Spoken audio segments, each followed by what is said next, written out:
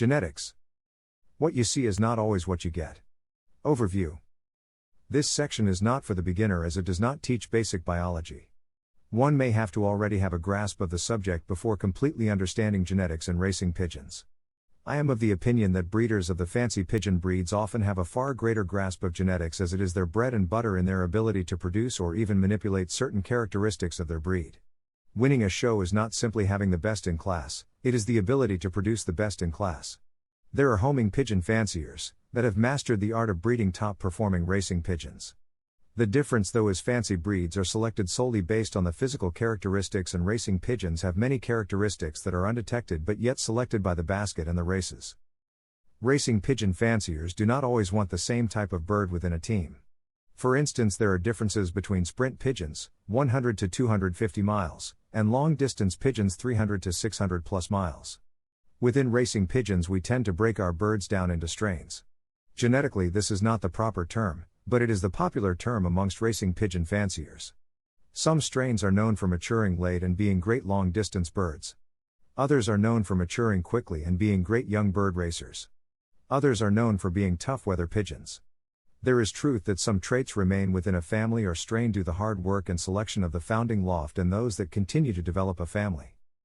Genetics Part 4: The Gene Pool. Chromosomes and genes. My intention is not to make this too complicated. In simplest terms, every pigeon, in every cell has chromosomes which carry genes. Chromosomes come in matched pairs, except for sex chromosomes in which the sex chromosome carries very little genetic information. On all chromosomes except the sex chromosome, there are 2 genes, one on each chromosome of a pair. The dominant gene expresses itself while the recessive gene does not. On the chromosome matched with the sex chromosome, the gene opposite the sex chromosome is always expressed. Since hens carry the sex chromosome in pigeons, recessive genes on the opposite chromosome in the pair will be expressed. Both genes have an equal chance of being passed on to the next generation. More than one gene can affect a trait. Some genes, though recessive, can mask other genes. Example: recessive red is located on a loci other than color or pattern and when expressed, mask both. The expressed genes form a phenotype. The phenotype is what we see when we look at a pigeon.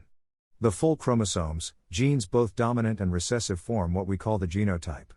Some genotypes can be explored by close observation of the second generation and selective mating to wild type. Gene pool. The gene pool in a family of birds consists of all the genes of the genotype of every breeder within the family or loft. There may be genes that have not yet been in the proper combination to express themselves and may be undetected. The gene pool thus consists of all genes beneficial and deleterious. If a gene pool remains contained without outside contamination, example the introduction of a new breeder with ancestors not descending from the original gene pool, the only change in the gene pool would result from mutation of an existing gene or a new combination of genes which express themselves differently than before. Variation would still exist within the confines of the gene pool. Genes could be eliminated by careful selection. Dominant genes that express themselves could easily be eliminated. For example, eliminate all red/ash-colored birds and they will be totally absent from the gene pool. Elimination of recessive genes is very difficult since they can be passed on for many generations before being expressed. Steps to developing, maintaining and improving a gene pool. This is literally the million-dollar question. How can I improve my gene pool to produce winners year after year? There is no doubt that outstanding breeders can be purchased that will produce outstanding and superior pigeons. The question is, can you continue to add to the breeder loft from the race team and continue the same excellence? Unfortunately for some fanciers, this is not the case and they end up falling into mediocrity and eventually cleaning house, buying new stock and starting over. For others it may seem that they are staying in one place, not quite moving ahead, but not really falling into mediocrity. Gene pool, 2 modes, static and dynamic. The gene pool is either in one of the 2 states of activity. Static means the gene pool is constant with no foreign introductions. In other words, no birds are being introduced that are not descended from the present breeders and those descendants do not have ancestors from outside the breeding loft gene pool. This could also be described as a captured gene pool. Dynamic is the opposite. It means new breeders are being introduced each with a new set of genetics or descendants from the present loft that also have ancestors from outside the gene pool are being introduced back into the breeding program. Developing a family requires a gene pool to be both static and dynamic.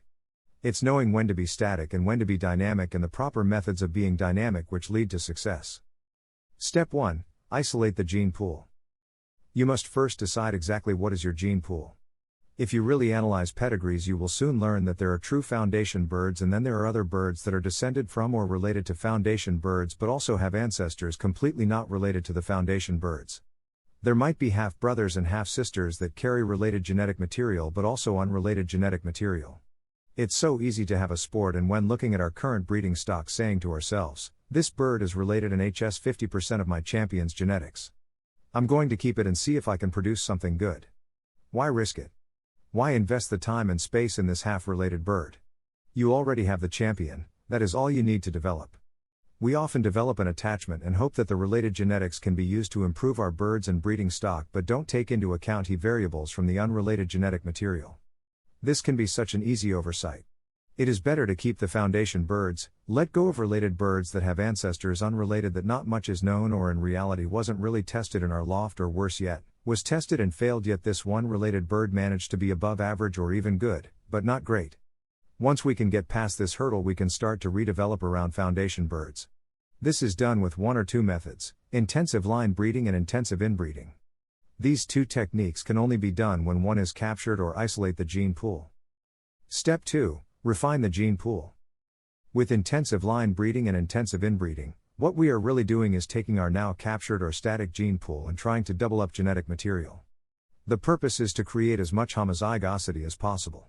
In very simple terms, any recessive trait will not be expressed unless other dominant traits do not exist on the corresponding chromosome and location. If you are familiar with recessive reds, then this is a great example. Mate a recessive red to a blue check and you will probably get blue checks and blue bars but not recessive reds. Those youngsters will carry the gene for recessive red, but it will not be expressed unless the bird has two recessive red genes, one on the same location on both chromosomes. At this point, we don't know if any recessive genes in this gene pool are beneficial or negative. There may even be traits that we have not seen expressed.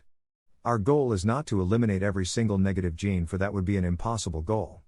But by creating homozygosity, or as much of it as possible, we are able to take steps to keep what is beneficial and eliminate what is not. We are looking for what I dub as 10% ers. We are looking for young that physically meet our own specifications, each fancier has his own, and through testing by training or better yet racing we can eliminate birds that do not have the internal or intangible traits and identify birds that do possess them. Out of these tested youngsters, we are looking for the top 10%. Once we have identified them, they are brought back into the breeding loft to be worked into either a line breeding or inbreeding method to continue to refine the genetic material again. Step 3. Manipulate or recombine the gene pool. This is where crossing comes into play. When we talk about crossing, we are not talking about crossing unrelated birds from outside the gene pool but are talking about crossing different lines within our gene pool. For instance, the 5th or 6th generation under a line breeding method may be crossed with a 4th generation youngster under an inbreeding method, each from two different foundation birds. Each of these youngsters have gone through a few generations of refining and proven that the traits they retained were beneficial and they possessed, at least in homozygous state, any negative traits. Now by putting them together and crossing them, we are looking at shifting the refined genetics around in the offspring, creating variation, and hopefully producing some 10% ers that have the most of the best from both lines. These are what we could call our hybrids. From these 10% ers that prove they can score or meet our standards, if introduced back into the stock loft, must go through the process of starting another line with either line breeding or inbreeding, and the process continues again and again. Step 4. Improving the gene pool. This is one of the most critical steps and the easiest to make mistakes. When we have a static gene pool that has been properly isolated, manipulated and recombined, we are in the position to actually be able to introduce improvements. There is only one right way to accomplish this task. First, we have to avoid contamination. There are studies which prove, and also observant breeders with good observation that can tell you and show you that illegitimacy can happen in any loft. If breeders are not isolated into individual breeding cages, illegitimacy can and does happen. If you have an isolated gene pool, this may throw off developing lines, but it will not destroy, alter or hamper the gene pool. If however we introduce new stock, any illegitimacy will completely contaminate the gene pool and all your hard work is hampered. When one wants to introduce new stock, they must be isolated from your static gene pool. Youngsters must be bred from them and tested in the racing loft. If they meet the standards, line breeding or inbreeding methods can be used to once again refine this new gene pool. Once those lines are established and refined, and the birds still meet standards, these later generations can be introduced into the main gene pool for breeding and will become part of your new static gene pool. At the time of the new introduction, you can consider your gene pool to be dynamic. If the new stock dead ends or deleterious genetics are discovered, you can safely eliminate them and search for other more suitable stock to test without having contaminated your gene pool. Gene pool lag. We've discussed isolating a gene pool and how isolating new stock until it has been tested, gone through its own refining process, and if tested true, been introduced will help us avoid contaminating the gene pool. What we have not discussed is what I call gene pool lag. For those that race young birds, this is usually not an issue. For those that race old birds, whether natural or widowhood, this is another obstacle and pitfall. Have you ever raced youngsters that made the distance, or had a young bird team that was almost decimated due to a super tough season? Have you then kept them, knowing that great long-distance birds don't necessarily make great spring or middle-distance pigeons? You held on to these birds to continue to work them out and see what they can do. There is absolutely nothing wrong with this, it is exactly what most flyers do. But, what most fanciers do, is the breed one round or more out of old birds on the natural system, or maybe even one round at the beginning or towards the end of widowhood. These youngsters are then placed on the young bird team, or kept and trained to race the following year as yearlings. If you took these birds and analyzed pedigrees in most lofts, you would recognize a cycle. You would see that some of these birds have a parent which did well as a young bird, maybe did okay as a yearling and then got lost. You might find that several or many have ancestors that were race birds that may have even won diplomas or race wins, but for one reason or another eventually were gone. These young birds, even if they turned out to be sports, could not be mated back to their ancestors to give you a jump start on continuing or developing a line. Worse yet, they may just meet the standards, but they will most likely continue the cycle of also producing maybe above average, but not great youngsters that will continue yet another generation in your loft. Wasting space, wasting time, and wasting money. How do you avoid this? Simple. If the breeding program is where you are refining your genetic material and attempting to improve your gene pool, that is the only place where this effort should stay. You should not produce youngsters out of race birds. You should only be flying widowhood on eggs that are brooded but not hatched, or some form of celibacy. By doing this, you will not allow yourself to fall into gene pool lag, and you will also not be tempted to keep birds that eventually will disappoint you or only last a season or two. Additional terms. Homozygous, a specimen that has matching genes on both chromosomes of pair for a trait. Thus, if a bird carries two genes for check pattern, he is homozygous. Heterozygous, a specimen that has two different genes on both chromosomes of a pair for a trait. Thus, if a bird carries two genes, one for check pattern and one for barred pattern, it would be heterozygous. The phenotype would be checked while the genotype would contain the gene for both. Deleterious gene, any gene which causes a trait that is deadly or detrimental to a specimen. An example is recessive opal, which in its homozygous form cause death in the embryo. In humans, sickle cell anemia or other disorders which are detrimental would be the equivalent.